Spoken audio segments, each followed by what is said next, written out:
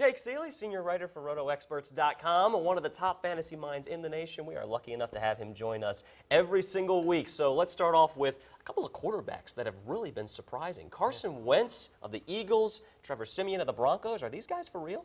Carson Wentz, more so than Siemian. I'm a big fan of what Siemian's done so far because he's playing very smart football. And it's just looking at the situation here with Mike McCoy's taking another quarterback and developed him. And this is something to watch long term, but I feel more confident in Carson Wentz. We saw him with the hot start last year, faded down the stretch, but at the same time, that Alshon Jeffrey connection is already showing the rewards of them bringing him in. I think Carson Wentz could be the breakout quarterback this year, where we talk about the end of the year saying, hey, who's that quarterback one that we just got off the waiver wire or nobody really drafted? He could be that guy. And a couple of running backs that have also been surprising so far. Chris Carson of the Seahawks, Javarius Allen of the Ravens so far. Yeah, and the big thing about Allen is Terrence West looks like he might miss this week. If not, he's at least banged up enough that Allen was the more impressive running back last week, better in the passing game.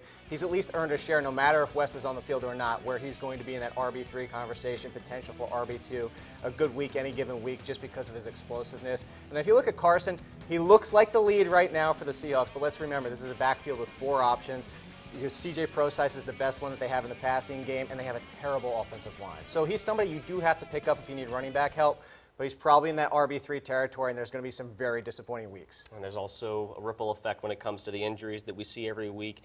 Panthers tight end Greg Olsen, Cardinals receiver John Brown, Corey Coleman. Where do fantasy owners go after these guys? Yeah, the good thing, there's options for all of them. If you need a tight end for Olsen, you go to Ben Watson. But on the same team, if you're looking for a wide receiver to pick up, Devin Funchess could be that answer because he's basically a fast tight end or oversized wide receiver, whichever way you want to put it. But he could be the one to absorb some of that attention. If you look at some of the other injuries across the league, if you look at Corey Coleman especially for the Browns, Rashard Higgins is somebody that nobody even was paying attention to a week ago. He came off the practice squad.